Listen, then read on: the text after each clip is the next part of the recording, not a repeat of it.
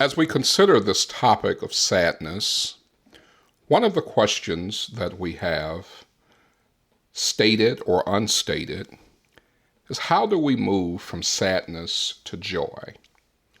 There are times when individuals might have chemical imbalances, biological or physiological reasons for depression.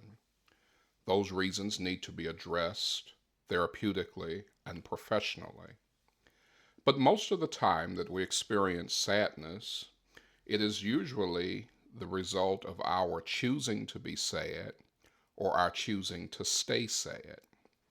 What is meant by that is that all of us have the ability to be in control of ourselves.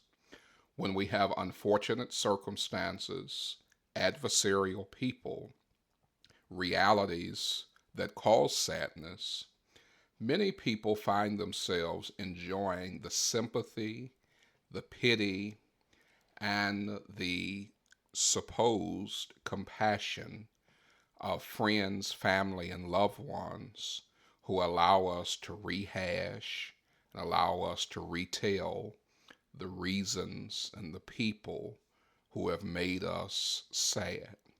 And so we choose to stay in that because of the attention that we get. Yet, if you want to find joy, you have to make a conscientious choice not to stay sad, but to own your reality and address what you're dealing with in a spiritually healthy way and cope with it in such a way that you can move from sadness to joy. I'd like to encourage you in your personal Bible study. Take some time to read the book of Philippians. It's only 4 chapters. It's not even a 30-minute read. A very simplistic, quick read in the book of Philippians. The reason I'd like for you to read the book of Philippians is number one, the overarching theme of the book is joy. As we talk about sadness, what a great privilege we can enjoy by reading a book about joy. Another reason why the book of Philippians is so valuable, it is what is called a prison epistle. I know that we don't use the word epistle in our everyday language, and it simply means letter. So the book of Philippians is a letter that Paul, the author, wrote while incarcerated. Now, I don't know if you have in your life people who have gone to prison. I certainly have had my fair share in my own family. What is interesting about most people when they go to prison is that the folk who didn't have time for you when they were free will blow up your phone when they are incarcerated, or as they like to say, on lockdown. They get upset when you don't write them letters. They feel as if you are obligated to put money on their books, and they get mad when you don't visit. They'll say things like, I'm your brother, sister, cousin, whoever, and you're just throwing me away. They like to guilt you into giving them attention. They make it all about them. Paul writes this letter to the church at Philippi while in prison, but he takes a completely different attitude. As opposed to whining and complaining, talking about how unfair his sentence is, how unfair the prison is, how bad the conditions are, and he certainly had every reason to complain. Paul writes a letter to the church at Philippi, and his theme is joy. Why is that important? Because he wants us to understand that joy is not based on your outward circumstances. Joy is based on your inner disposition. When you read the book of Philippians, you will discover a recurring theme, not only about having joy, but he uses the word rejoice. The word rejoice means to experience joy over and over and over again. It's not a temporary state.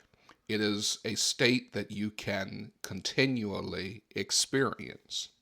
Just to give you some sense of how we get from sadness to joy to rejoicing.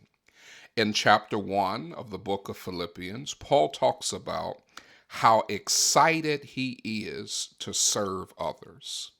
That might not seem to be a joyous thought, but when you give your life to others, when you serve others, when you are selfless, when you put others and their concerns before your own, you'll be surprised at how rewarding that is for you. And you'll be surprised at how God will start to pour into your life blessings and favor that you will have never been able to get on your own. When you look at chapter 2, Paul mentions the example of Jesus Christ. That example is not only for us as a standard, but also as a motivator.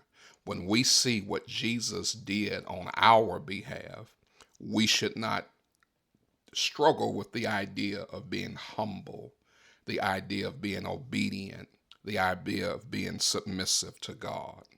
In chapter 3 of the book of Philippians, Paul talks about how excited he is to leave his past behind and to reach forward to his goals in Christ Jesus. So many of us are haunted by our yesterday, and it's not that yesterday keeps up with us. Many times we keep up with yesterday. But he mentions his excitement, his joy over letting go of yesterday and moving forward in God. Then in chapter 4, he mentions another great variable in experiencing joy. He talks about setting aside differences with people. He gives an example of two ladies in the church who can't get along with one another. He never mentions the specific issue, but he encourages them to fellowship, to unity, and to love.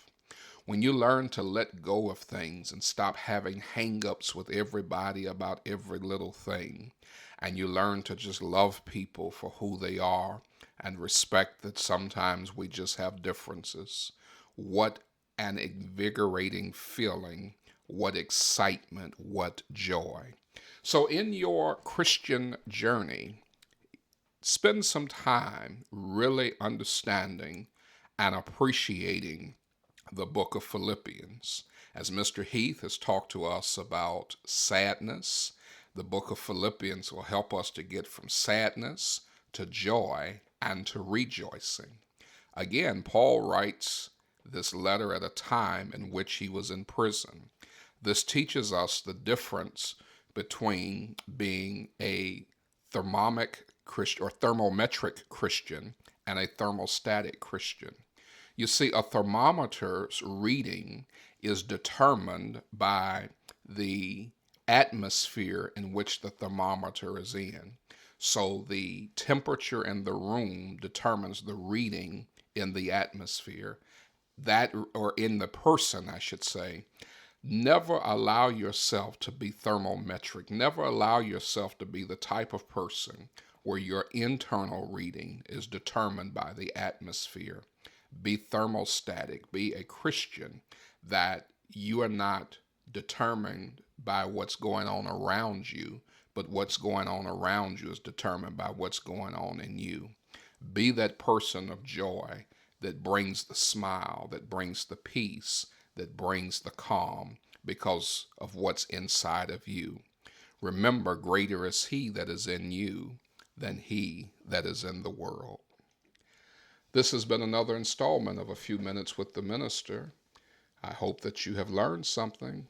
Life is short. Experience all the joy that you can. I know that we go to cemeteries and we see headstones that say rest in peace. Don't wait till you die to experience peace. Why don't you live in peace today?